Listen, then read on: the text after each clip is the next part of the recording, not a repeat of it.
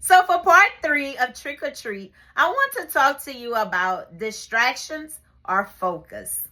Now, it's so easy for me, I can say, to become so distracted. Like somebody passing, I'm looking like at church and stuff like that. Like I'm very easily distracted, right? Some people, not so much, but I'm that person that gets easily distracted. It's not always a good thing. Like it's sometimes aggravating, but it is what it is. And this is how God made me.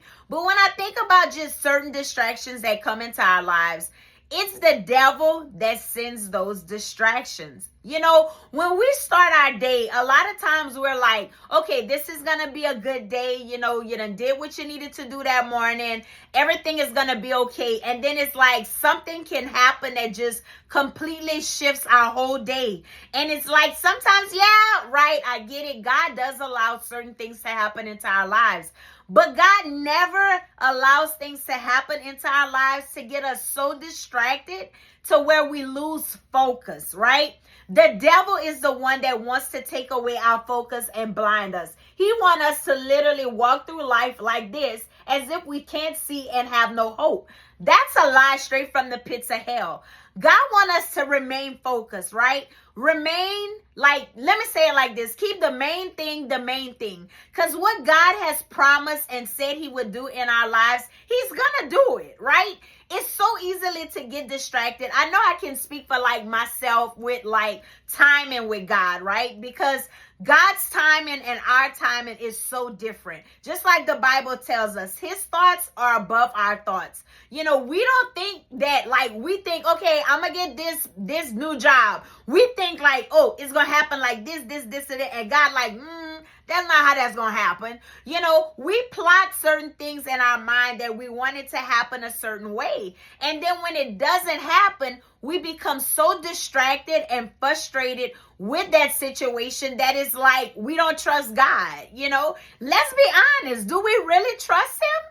Because when we trust him, we're not worrying, right? Come on, somebody. When we truly trust him, we're not all over the place. Like I've been dealing with some anxiety issues the last month. I would say, yeah, lack of trust in God. Like I'm just being honest, you know, because if we truly trust God, we shouldn't be worried about what's going to happen, what may not happen, and all of these things. I got a lot of stuff going on, all kind of distractions right now in my life, you know, but it's like I had to take a step back, take a time out for a little bit and refocus, because that's what it's about. God wants us to regain our focus, put our glasses back on if we have to, but to remember to keep the main thing the main thing. And the main thing is making sure that we're following his purpose, his plan for our lives. The devil will always send distractions to take us off course, right? To not fulfill the purpose that God has for our lives.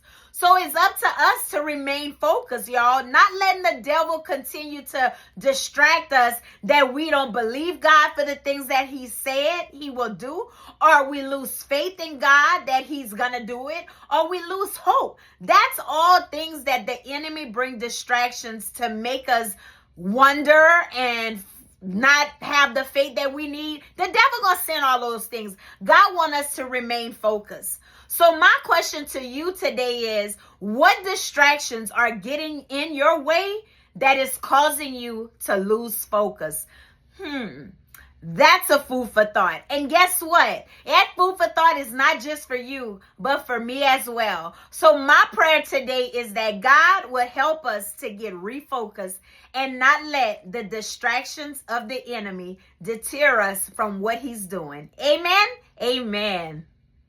So I leave you with this. Hebrews chapter 12 and verse 1. And it says, "Wherefore, seeing we also are compassed about with so great a cloud of witnesses, let us lay aside every weight and the sin which doeth so easily beset us, and let us run with patience the race that is set before us." So before I go, I just want to remind you, if you haven't already, check out my website at www.talkswithshay.org. You can subscribe to my videos on YouTube and find me on Facebook.